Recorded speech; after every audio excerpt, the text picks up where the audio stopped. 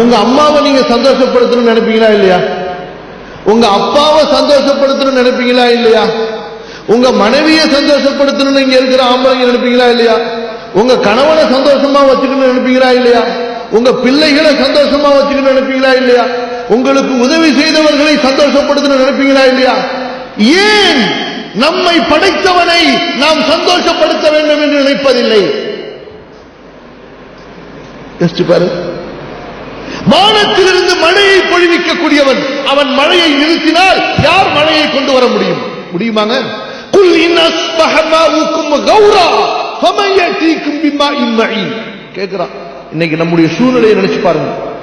உங்களது கிணற்று நீர்கள் வற்றிவிட்டால், உங்களது ஆற்று நீர்கள் வற்றிவிட்டால், நீங்கள் குடிக்கின்ற நீர்நிலைகளின் நீர்கள் வற்றிவிட்டால், உங்களுக்கு மதுரமான குடிக்கின்ற நீரை அல்லாஹ்வை தவிர கொடுப்பவன் வேறு யார் இருக்கிறார்கள்?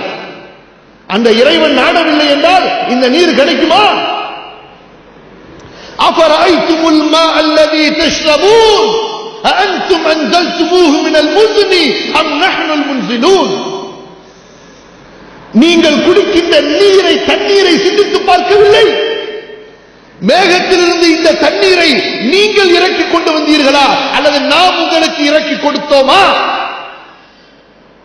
நாம் நாடி இருந்தால் லவ் நஷாஉ லஜஅல்னாஹு உஜாஜன் ஃபலௌலா தஷ்குரூன்.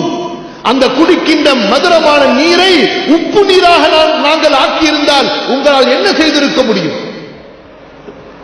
கேட்கிற கேள்வி புரியுதுங்களா? ரப்பு அந்த நீரை உப்பு நீராக, துவர்ப்பு நீராக ஆக்கியிருந்தால் நீங்கள் என்ன செய்திருக்க முடியும்? எனக்கு நன்றி செலுத்த மாட்டீர்களா? அஃபலா தஷ்குரூன் கேட்கிறான். அஃபரைத்தும் மா தஹருசூன், நீங்கள் விவசாயம் செய்கிறீர்கள். விவசாயம் எல்லாரும் அதிகமான பேர் விவசாயிகள் தான் இருக்கிறீங்க. ரொம்ப சந்தோஷமா இருக்கு உங்களை பார்க்க. ஏன்னா விவசாயிகளுடைய உள்ள ரொம்ப சுத்தமா இருக்கும். விவசாயிகளுடைய உள்ளத்துல கடவுள் நம்பிக்கை இன்னும் அதிகமா இருக்கும். விவசாயம் செஞ்சுட்டு ஆண்டவனை பார்ப்பாங்க, ஆண்டவா மழையை கொடு, ஆண்டவா பாதுகாத்துக்கன்னு சொல்லி கேட்கிறான் இறைவன். கேட்கிறான் அந்த அல்லாஹ், நீங்கள் செய்கின்ற விவசாயத்தை சிந்திக்கவில்லையா? அந்த விவசாயத்திலே நீங்கள் விதைகளை தூவியதற்கு பிறகு செடிகளை முளைக்க வைப்பவன் யார்?